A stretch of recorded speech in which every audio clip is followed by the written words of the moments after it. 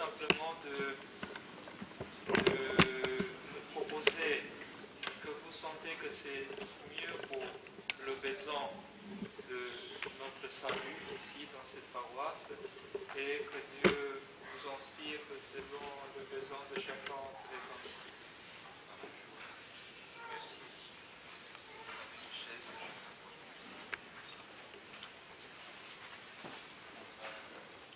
Ça va la lumière ou on va allumer?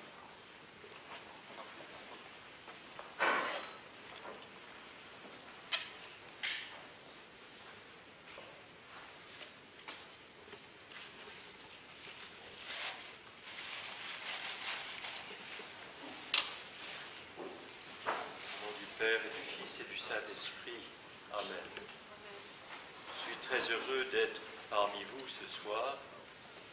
Ce n'est pas la première fois que je viens dans ce lieu. Je suis venu plusieurs fois déjà prier avec votre communauté autour de vos prêtres ou de Monseigneur Joseph.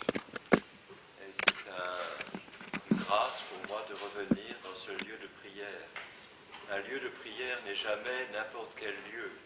C'est le lieu où l'Esprit Saint se manifeste, où il se donne à nous. Et quel que soit ce lieu-là, c'est toujours un lieu de joie, un lieu de paix, un lieu de bonheur. C'est pour cela que je ressens beaucoup de joie intérieure à me retrouver ici dans ces lieux bénis, au milieu de vous tous, fils et filles de Dieu. Lorsque le Père m'a demandé... Il n'y a pas besoin de confort. Pas trop, c'est Lorsque votre Père m'a demandé de parler, qu'est-ce qu'on pourrait utiliser comme titre à cette intervention, qui n'est pas une intervention professionnelle. Je ne suis pas un conférencier national, vous savez, et même pas un conférencier tout court, je ne suis rien du tout. Et j'essaye de balbutier. Mais quand le Père m'a demandé qu'est-ce qu'on pourrait mettre comme titre, je ne sais pas trop pourquoi, peut-être que maintenant je sais un peu mieux, mais sur le moment je ne savais pas trop. J'ai dit spontanément, daigne Seigneur nous garder ce jour sans péché. Voilà. Bon, c'est le début d'une prière que nous connaissons tous, que nous disons régulièrement dans la journée, et selon les offices que nous vivons. Soit nous disons, daigne Seigneur nous garder ce jour, ou bien ce soir, sans péché, selon le moment de la journée. Et je pense que si j'ai eu cette intuition-là, c'est parce que le Starets Sophronie de Sainte Mémoire insistait beaucoup sur cette prière. Il disait à ses moines, à ses frères, à ses sœurs, il disait combien nous devons être attentifs à cette prière, surtout au début de cette prière, cette petite phrase. Daigne, Seigneur, ce jour me garder sans péché. Alors voilà, c'est venu comme cela, peut-être pour souvenir de Père Sophronie, puisque nous avions évoqué Père Sophronie avec votre Père, et que j'ai eu la chance de bien connaître Père Sophronie pendant une quinzaine d'années, et de bénéficier de sa vie spirituelle, sa vie selon Dieu, sa quête de Dieu, et de voir comment un saint homme cherche Dieu. Quelque chose d'assez extraordinaire d'avoir connu quelqu'un qui peut-être sera canonisé un jour, ce n'est pas de mon pouvoir de dire cela aujourd'hui, mais en tout cas qui est certainement un saint homme, et quelqu'un qui a connu un saint, Saint Silouane. C'était le fils spirituel de Saint Silouane. Donc, moi-même, je me situe humblement, mais comme le petit-fils de Saint Silouane. Je suis dans la génération, la deuxième génération. Et d'avoir connu le Starets Sophronie, dans sa sainteté, c'est une grande grâce dont je suis responsable, en définitive. Il n'y a pas à tirer gloire d'avoir connu un saint, il y a simplement à se dire que nous sommes responsables de ce qui nous est arrivé. Et Père Sophronie répétait souvent cette invocation, « Daigne Seigneur nous garder ce jour sans péché ». Alors, comment faire le lien avec cette phrase et notre vie spirituelle, parce que c'est de cela dont il est question. Qu'est-ce que c'est que notre vie spirituelle? Qu'est-ce que nous allons expérimenter dans cette vie spirituelle? Et si Père Sophronie insistait tant sur cette petite phrase, Je pense que c'est parce qu'il nous donnait, mais après la tradition de l'Église, qui déjà nous l'avait donné, mais il nous donnait peut-être avec une certaine insistance spirituelle, il nous donnait la recette. Daigne, c'est-à-dire c'est une demande. Daigne Seigneur, c'est une demande à notre Dieu de nous garder ce jour, c'est-à-dire de nous préserver dans cette expérience de la journée ou de la nuit qui vient, et que cette expérience soit sans péché. Parce que la vie spirituelle ne peut pas être vie spirituelle s'il y a du péché. Le péché est un élément dont nous avons bien conscience, parce que nous sommes pécheurs. Je suis pécheur, vous êtes pécheur, forcément. Qui n'est pas pécheur sur cette terre, hormis le Christ qui s'est incarné, la Mère de Dieu, qui a échappé à par son amour de Dieu, à ce malheur qu'est le péché. Mais nous connaissons le péché. Mais pour que nous puissions accéder à cette vie spirituelle, à ce qui nous est proposé par Dieu et par l'Esprit Saint, il faut que nous ayons cette grâce particulière d'être préservés du péché. C'est-à-dire de ne pas tomber dans la tentation qui approche. Le péché est un élément séparateur, parce que le démon est séparateur. Et lorsque nous sommes coupés de Dieu, qu'est-ce qui arrive? Eh bien, nous sommes malheureux. Malheureux. Nous sommes tristes. Et nous le savons bien. Lorsque nous avons expérimenté quelques péchés pour lesquels nous avons eu une véritable participation active, eh bien, nous nous sentons malheureux d'être passés à côté de la possibilité de rester en paix. Le péché détruit la paix. Et c'est le drame de notre vie, et c'est le drame de la vie de l'homme. Dès que nous péchons, nous souffrons. Et lorsque nous souffrons, nous avons beaucoup de mal à nous remettre debout. Et d'ailleurs, nous ne pouvons pas nous remettre debout tout seuls. Alors voilà quelle est la problématique. Daigne, Seigneur, nous garder ce jour sans péché. Cela veut dire fondamentalement que moi tout seul, je ne peux pas être debout. Je ne peux pas être fort, suffisamment fort. Il faut qu'il y ait la grâce de Dieu. Parce que je suis faible. À la base, je suis faible. Adam a chuté par orgueil. Il a voulu se substituer à Dieu, disons, pour résumer. Et une de ses plus grandes faiblesses, c'est d'abord celle-ci, mais ensuite, peut-être que la deuxième est encore plus grande, c'est de s'être caché. Adam s'est caché. Et c'est bien ce qui nous arrive lorsque nous avons touché du doigt le péché, lorsque nous avons été dans l'engrenage du péché. Alors nous n'avons qu'une envie, c'est nous cacher. Que Dieu nous oublie. Nous ne sommes pas visibles par Dieu. Et là est l'erreur grave. C'est l'erreur grave d'Adam, et c'est notre grave erreur à nous, si nous sommes dans cette attitude, dans ce comportement. Oui, nous demandons d'abord au Seigneur de nous préserver du péché. Et s'il est là, nous serons aidés. Et nous pourrons lutter avec lui, et pas sans lui, avec lui. J'insiste beaucoup là-dessus. Sinon, c'est de l'héroïsme, ce n'est pas de la sainteté. Le héros, il se construit tout seul pour être quelqu'un de très bien. Mais ce n'est pas un saint, le héros. Le saint, c'est Dieu qui le construit. C'est Dieu qui le met debout. Alors nous avons besoin du secours de Dieu. Daigne, Seigneur, nous garder ce jour sans péché. Et puis ensuite, je dirais que j'aimerais rajouter à cette phrase extrêmement importante que l'Église nous propose dans la prière, une autre phrase. Une phrase qui ne vient pas directement de l'Église, mais directement du Christ.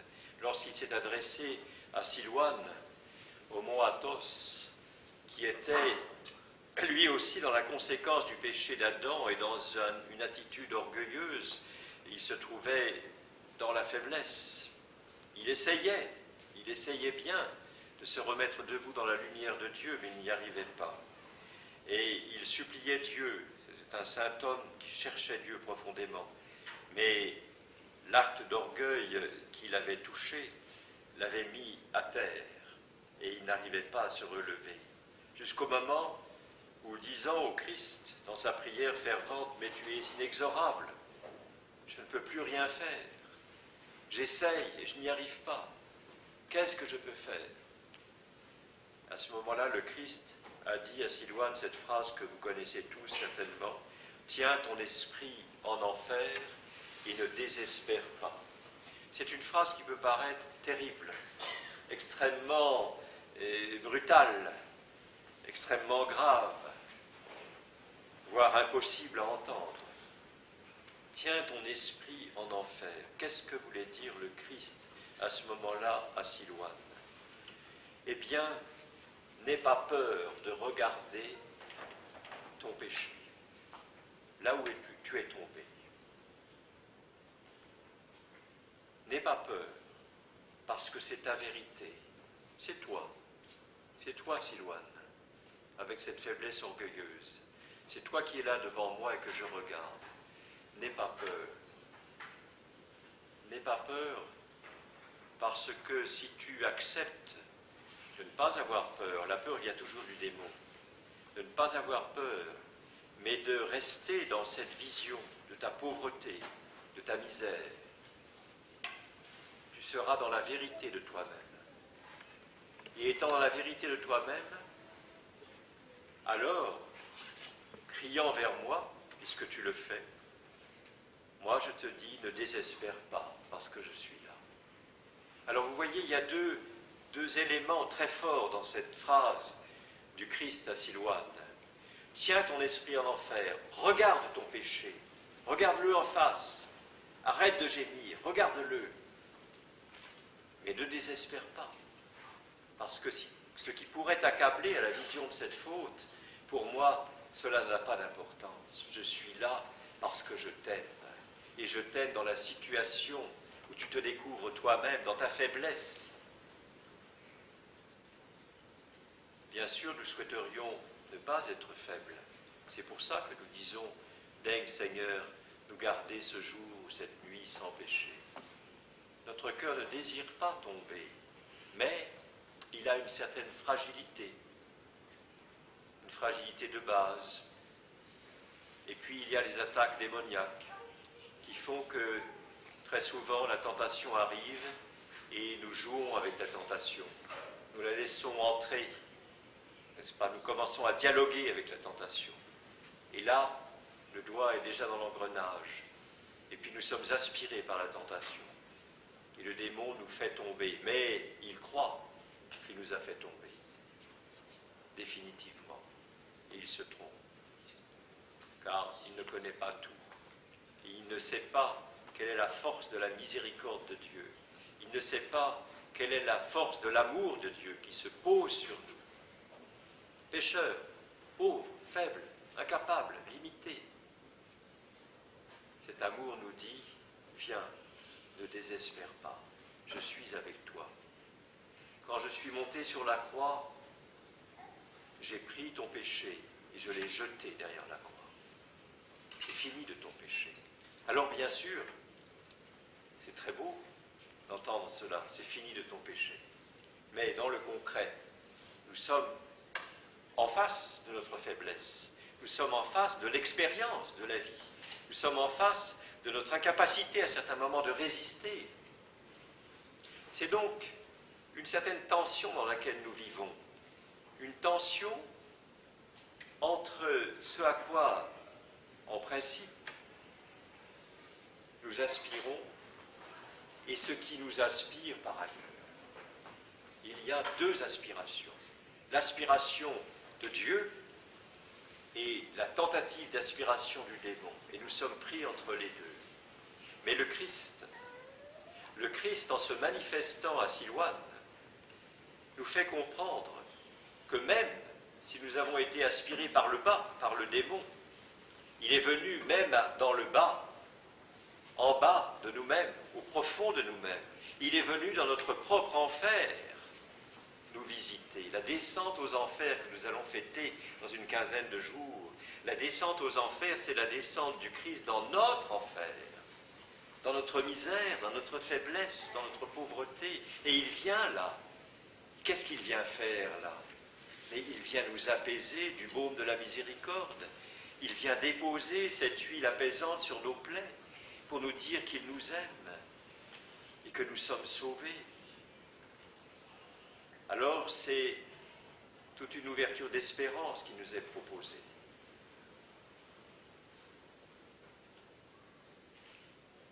L'expérience spirituelle, c'est cela, je pense. Évidemment, elle se développe sous beaucoup d'aspects, mais fondamentalement, c'est cela. C'est l'expérience du désir de Dieu et l'expérience de notre faiblesse qui nous empêche d'accomplir ce désir. Et puis en troisième volet, l'expérience de la miséricorde de Dieu qui emporte tout. Lorsque nous allons nous confesser, dire nos péchés au prêtre, mais à Dieu fondamentalement, avec le prêtre comme témoin, parce que nous avons besoin de témoins, qu'est-ce que nous faisons? Nous allons dire au Seigneur, je t'ai prié et je t'ai dit, daigne Seigneur me garder ce jour sans péché.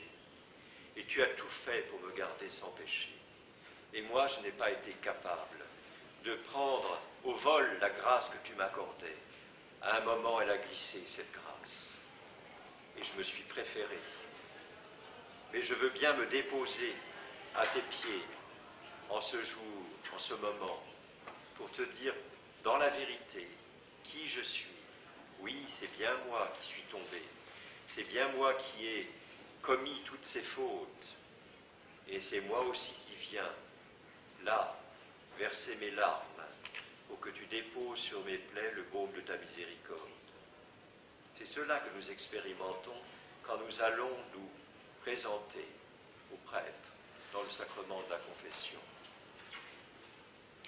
Lorsque nous allons communier à l'autel lors de la Sainte Eucharistie, c'est cela que nous expérimentons aussi de la même manière. Tout au long de la préparation liturgique, nous allons entendre des psaumes, nous allons entendre des chants liturgiques, nous allons entendre des prières ou réciter des prières, au travers de laquelle nous allons prendre conscience progressivement et de l'amour de Dieu et du secours de Dieu dont nous avons besoin et de la faiblesse dans laquelle nous nous trouvons régulièrement. Et puis nous allons arriver à ce moment ultime de l'Eucharistie, où avant de nous approcher du calice, nous dirons cette extraordinaire, superbe, magnifique prière. Je crois, Seigneur, et je confesse que tu es en vérité le Christ, le Fils du Dieu vivant, venu en ce monde sauver les pécheurs dont je suis le premier. Voilà. Voilà le mystère de Dieu. Voilà le mystère de la miséricorde qui nous permet de dire, de formuler nous-mêmes, oui, je suis un pécheur, mais je viens vers toi, je suis le premier des pécheurs, mais en me déposant à tes pieds, je sais que tu m'accueilles et que les bras que tu as écartelés sur la croix se referment à ce moment-là sur moi pour me dire que je suis aimé. Alors voyez-vous, chers amis, frères et sœurs, pères,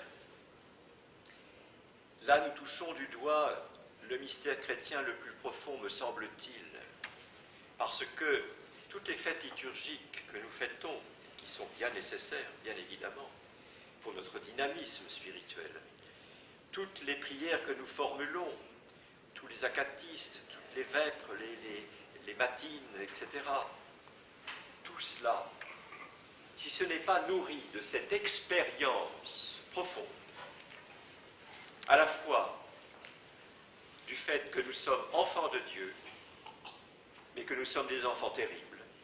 Et oui, nous sommes des enfants terribles, des enfants qui gâchons tout à certains moments, mais que malgré que nous soyons des enfants terribles, le Seigneur nous aime. Là, nous sommes, mes amis, dans l'expérience de la vie spirituelle. Car la vie spirituelle, ça ne se lit pas dans les livres. Bien sûr, nous avons besoin des livres, évidemment, comme support pour nous enseigner, pour mieux comprendre. Nous avons besoin d'entendre des paroles, des homélies, etc. Mais le fondamental de la vie chrétienne et de la vie spirituelle, donc, c'est l'expérience. C'est cela la vie orthodoxe, c'est expérimental.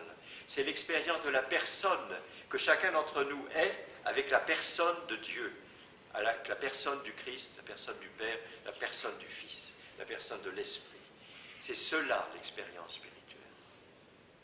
Alors c'est ce que j'avais envie de vous dire, sans avoir vraiment programmé tout ce que je vous raconte, parce que je suis plutôt un bavard qui parle comme dans un salon et qui n'a pas prévu son programme. Donc je divague, comme vous l'avez senti. Je vais à droite, à gauche, mais c'est comme ça. Qu'est-ce que vous voulez? Vous me pardonnerez, j'en suis sûr, donc je ne suis pas inquiet.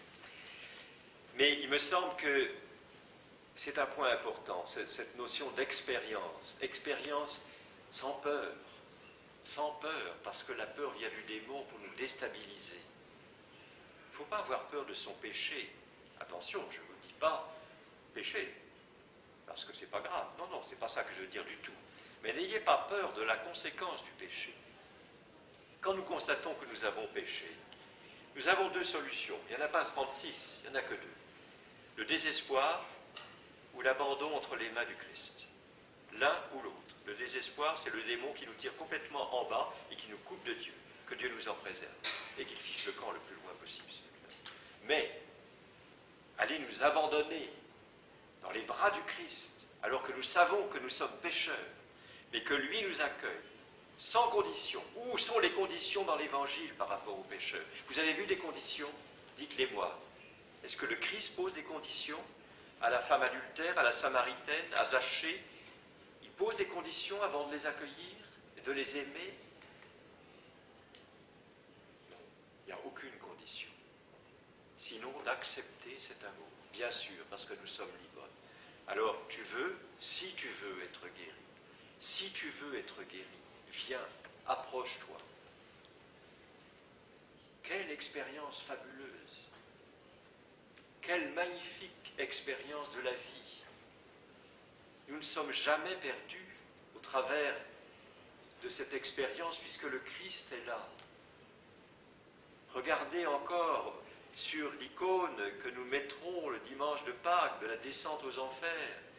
Le Christ tend la main à Adam. Ce n'est pas Adam qui tend sa main au Christ, c'est le Christ qui tend sa main à Adam. Et Adam essaye lui-même, si vous remarquez bien, il essaye de se dresser, il met le pied sur le bord du tombeau, il ploie le genou pour se dresser, il n'y arrive pas. C'est le Christ qui le tire, qui le met debout dans la lumière de sa grâce. C'est ça l'expérience chrétienne.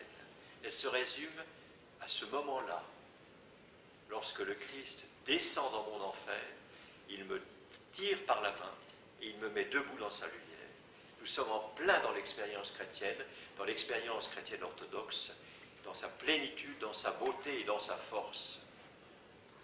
Alors vous voyez que tout ça n'a rien à voir avec de la morale, avec toutes ces choses qui sont de l'ordre de l'humain. Non, le Christ n'est pas venu pour une morale, il est venu pour la vie. Et la morale n'est pas la vie. Alors qu'est-ce que nous devons en conclure de tout cela? Je vais m'arrêter, puis après vous poserez des questions, ce sera la partie la plus intéressante, le dialogue. Qu'est-ce que nous devons conclure? Nous devons conclure de cela que l'amour de Dieu est tel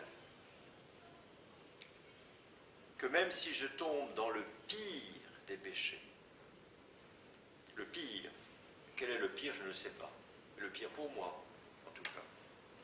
Il n'y a pas de grand péché, de petit péché, tout péché est dramatique.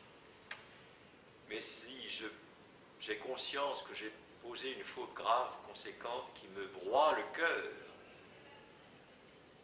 à ce moment-là, quand je ne peux plus rien faire, et que je me tourne vers Dieu en disant, c'est fini, je ne sais plus quoi faire, je ne peux plus me relever, je suis à terre, je suis broyé, je suis écrasé. À ce moment-là, le Seigneur nous dit au creux de notre cœur, enfin, je peux te dire librement que je t'aime et que tu n'es pas perdu.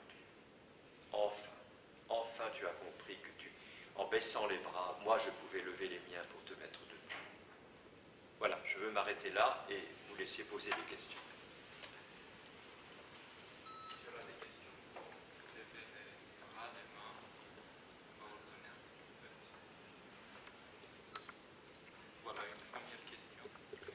Bonsoir, Père Siméon.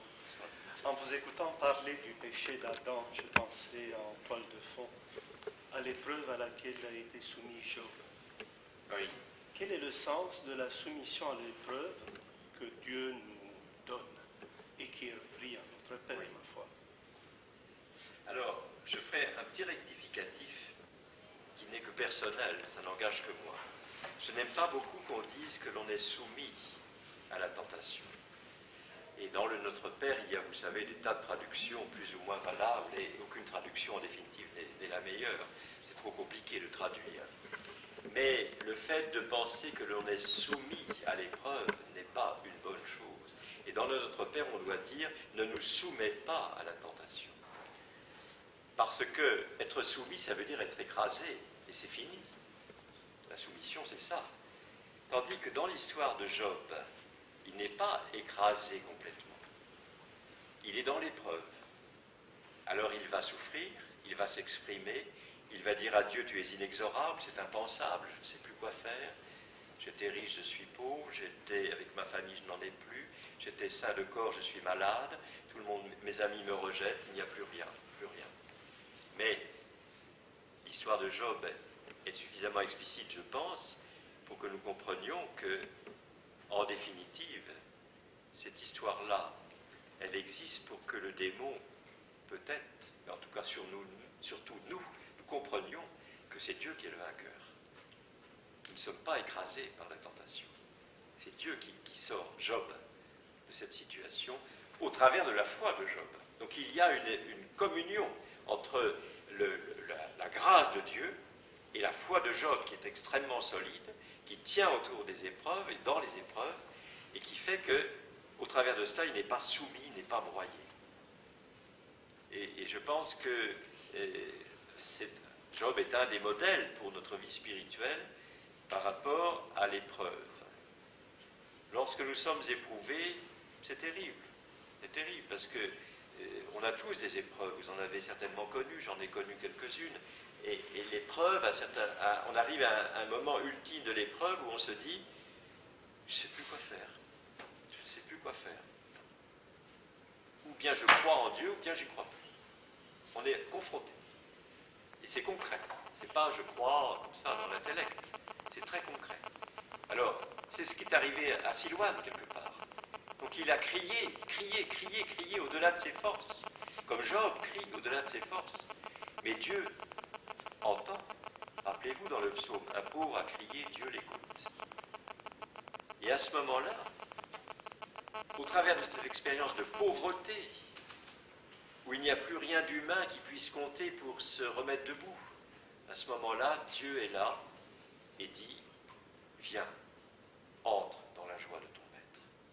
C'est à ce moment-là qu'il le dit. Alors ça veut dire que les épreuves, on ne doit pas les provoquer, bien évidemment, ne soyons pas des masochistes, ce serait ridicule et pas chrétien du tout.